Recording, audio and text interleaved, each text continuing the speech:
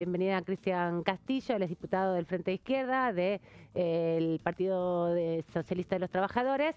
Bienvenido, ¿cómo estás? Buenas tardes. Hola, ¿qué tal? ¿Cómo están? Buenas tardes. Muy bien, ya repuesto de la discusión de ayer porque te vimos muy firme en tu banca casi todo el tiempo. Tuvimos hasta el final, después nos quedamos haciendo alguna cuestión de privilegio luego de votada la ley, así que, bueno, cumpliendo con lo que tenemos que hacer. ¿Cómo analizás estos proyectos que se aprobaron? El de ayer fue ficha limpia, el anterior fue el de la suspensión de las PASO y también dos que tienen que ver con modificaciones al Código Penal y al sistema judicial argentino.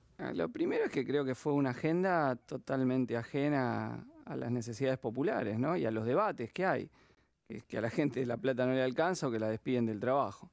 Y un gran tema que estuvo ausente fue el de los incendios en el sur, no en las intervenciones de los diputados y diputadas, pero sí en que no hubo ningún planteo. Incluso el gobierno mandó oficiosamente un texto que es para agravar pena, no para dar recursos para combatir los incendios, algo en que está el mora tanto el gobierno nacional como los gobiernos provinciales, ¿no? Los recortes que ha habido, el control y manejo del fuego, bueno, un escándalo que hoy sufre gran parte de la población. Y lo segundo, digo, o sea, por un lado, agenda ajena a los reclamos populares y del otro lado, también una agenda que tiene intereses bien de casta, el gobierno adecuando el calendario electoral a lo que le conviene, opositores poniéndose la peluca para votarle lo que el gobierno quería, incluso de Unión por la Patria, que le dieron las firmas claves para el dictamen y después votaron a favor. Y ayer una estafa que es esta ley de ficha limpia, porque es una ley que ya vimos cómo opera en otros países de América Latina, caso Brasil, sirvió para correrlo a Lula cuando encabezaba en las encuestas el resultado electoral y terminó llegando Bolsonaro. ¿Qué significa esto? Darle al Poder Judicial una facultad discrecional para decidir quién puede o no ser candidato en algunos casos, o candidata. Y bueno, y esto es, para nuestro entender, profundamente antidemocrático, con un nivel además de hipocresía, porque los que lo defendían pertenecen a algunos bloques que tienen empresas offshore por todos lados sin declarar, tienen que dar explicaciones que no dan, dicen que solo le hacen denuncia mediática y no, y quienes eran sus propios aliados le han hecho la denuncia, y no explicaron nada, esa es la verdad. Entonces creo que entre la hipocresía y haber habilitado la media sanción para una ley que permite la intervención discrecional, como decía, de un poder judicial muy sospechado, que siempre tira para el mismo lado, y que bueno, que a ese le está dando la confianza. Creo incluso que nosotros nos opusimos, obviamente, junto con la mayoría de los diputados de Unión por la Patria también, y el Frente de Izquierda fuimos el grueso de los 98 votos en contra, pero el dictamen de minoría de Unión por la Patria también era problemático porque ahí extendían la cantidad de delitos que se aplican para tener para la aplicación de ficha limpia. ¿Y por qué a esta justicia le vamos a dar todavía más delitos? Yo creo que ahí tenían una incongruencia, más allá de haber votado en contra y que coincidimos en esa votación en contra del proyecto auspiciado por el oficialismo. Y una cosa más, uno se tiene que preguntar qué pasó de diciembre hasta ahora. Porque en diciembre el oficialismo restó 8 diputados para el quórum, que después decían que le había caído mal la comida, que no sé qué, no llegó el remis. Bueno, excusas que no la sacaron porque en ese momento se dijo que fue una negociación para permitir la continuidad de Martín Menem al frente de la Cámara. Bueno, ¿qué cambió? Cambió que lo usaron como presión de negociación en el Senado. Y mientras estaba la sesión, nosotros habíamos dicho esta caracterización política, llega el aviso de que estaba el dictamen del hijo, ¿no? Las 9 firmas. Se dio a conocer. Se enteraron, claro. Con 3 de Unión por la Patria, un radical, Eduardo Vichy. Y después, bueno, a Tauche, ¿no? Un misionero, Romero. Así que creo que dijimos algo y ahorita después un poquito ahí en el debate salió, ¿no? Para esa negociación. Después veremos, se podrá dar o no se podrá dar. Pero es una herramienta que el oficialismo más tiene, esta media sanción, para presionar la negociación en una Cámara donde tiene menos capacidad para construir mayoría, ¿no? Ahora, diputado, bueno, con respecto a lo que fueron las votaciones, las abstenciones de ficha limpia, hubo algunas coincidencias. Bueno, de las abstenciones hubo 2 abstenciones, Massot y también Miguel Pichetto. Y Miguel Pichetto en un momento cargó durísimo contra los bloques de la izquierda, especialmente después de pedir la detención de Facundo Jones Guada, y tuvo un cruce con Vanina Biasi en donde cuestionó directamente al trotskismo. Vanina Biasi le contestó, lo consideró directamente racista. ¿Volvieron a hablar con Pichetto? ¿Le contestaron? ¿Qué opinión le merece las críticas que hizo el diputado Pichetto? Que luego, además, hizo una crítica técnica muy precisa con respecto a Ficha Limpia, pero en el medio cargó muy duro contra los 5 diputados del espacio de la izquierda. A ver, después le contestaron también Nicolás del Caño y Alejandro Vilca en las intervenciones algunas de las cosas que dijo Pichetto.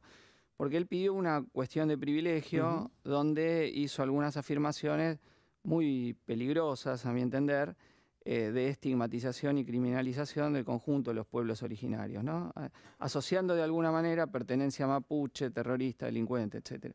Y eso es muy grave. Ahí fue cuando Vanina le dijo, eso no va.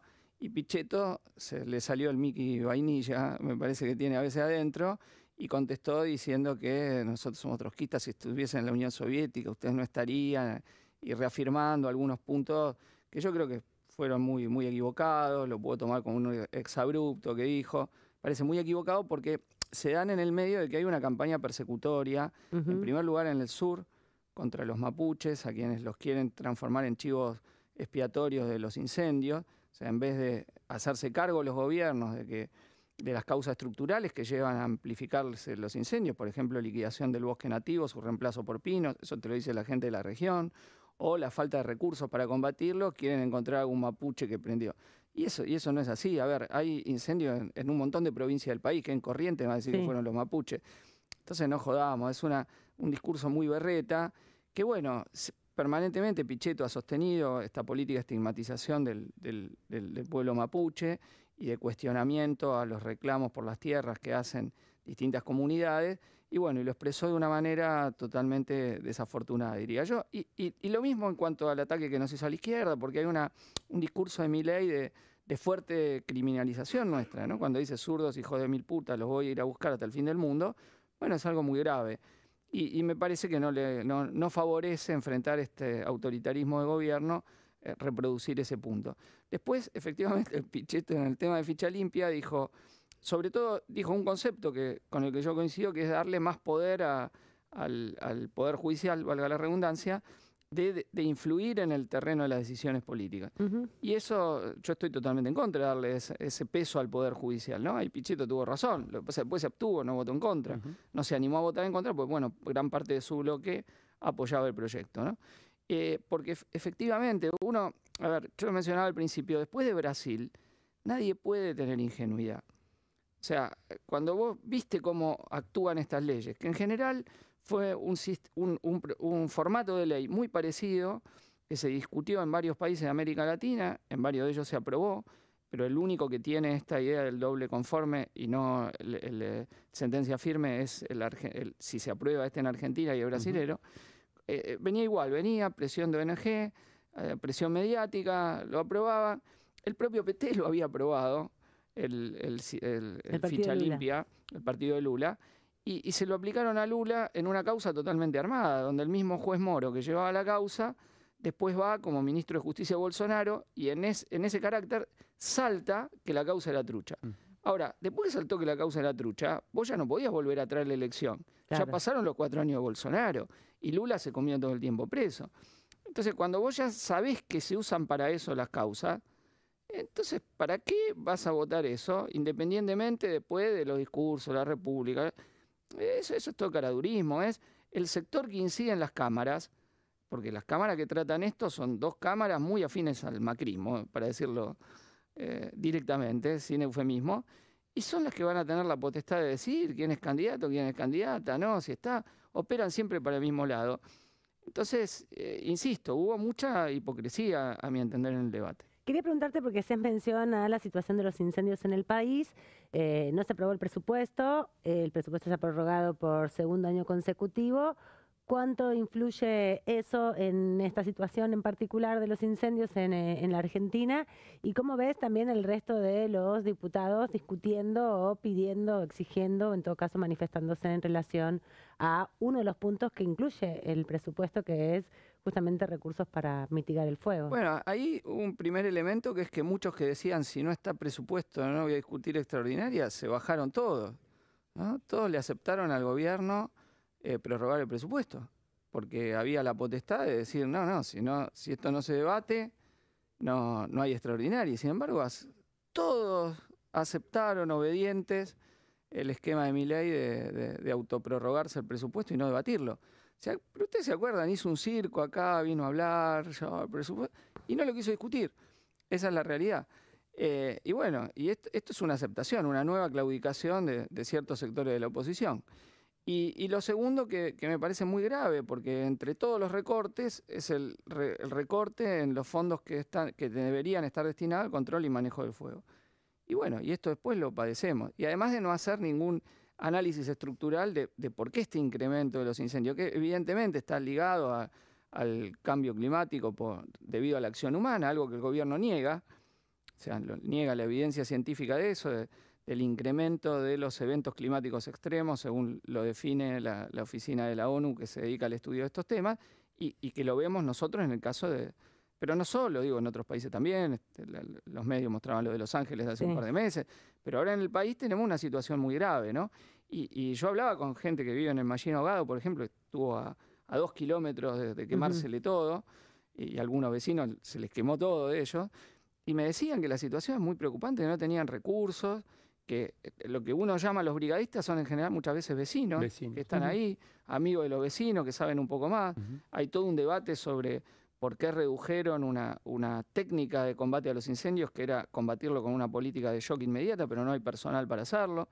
Entonces es un problema grave donde, insisto, en vez de hacerse cargo de que no enviaron los recursos y de que no se prepararon para lo que viene, lo que hacen es tratar, como les decía, de buscar un chivo expiatorio. Y esto lo hace también el gobernador Torres, lo vi en una conferencia de prensa vergonzosa ayer en Chubut, lo mismo pasa en Río Negro. Bueno, ayer, si ustedes veían, muchos diputados y diputadas hablaron de los incendios, pero con dos lógicas diferentes, ¿no? Una lógica, los que se sumaban al discurso de criminalización, y los que mostrábamos el tema estructural y el problema de la falta de recursos, ¿no? Así que me parece que, digo, la población implicada está muy enojada con lo que pasó, está muy enojada porque la dejaron sola prácticamente, ¿no? Sin recursos. Y bueno, ahora espero que le llegue, ¿no? Nosotros hicimos un aporte a los brigadistas de Mallín Ahogado, de nuestras bancas, ni bien empezó, y ahora hay todo tipo de acciones solidarias. El pueblo argentino siempre es muy solidario cuando hay inundaciones, cuando hay incendios, y eso se va a expresar en este caso. Pero insisto, no perdamos... Muchos artistas también están convocando. Están preparando un festival, etcétera. Yo voy a estar mañana y pasado en Neuquén en actividades partidarias y también me voy a reunir a ver cómo se puede mejorar la colaboración para algunas familias que han perdido todo, ¿no? Que es muy difícil la situación. Pero bueno, insisto, esto de que no esté estipulado lo que tiene el área en el presupuesto y que no gastó nada prácticamente hasta que le tocó y ya era imposible y empezó a gastar un poquitito, bueno, es de lo que se tiene que hacer cargo el gobierno y Patricia Bullrich en particular, que es la que tiene en su órbita la institución encargada del control y el combate a los incendios, ¿no? Gracias, Cristian Castillo, por este ratito aquí. Muchas gracias a ustedes. Pasos Perdidos.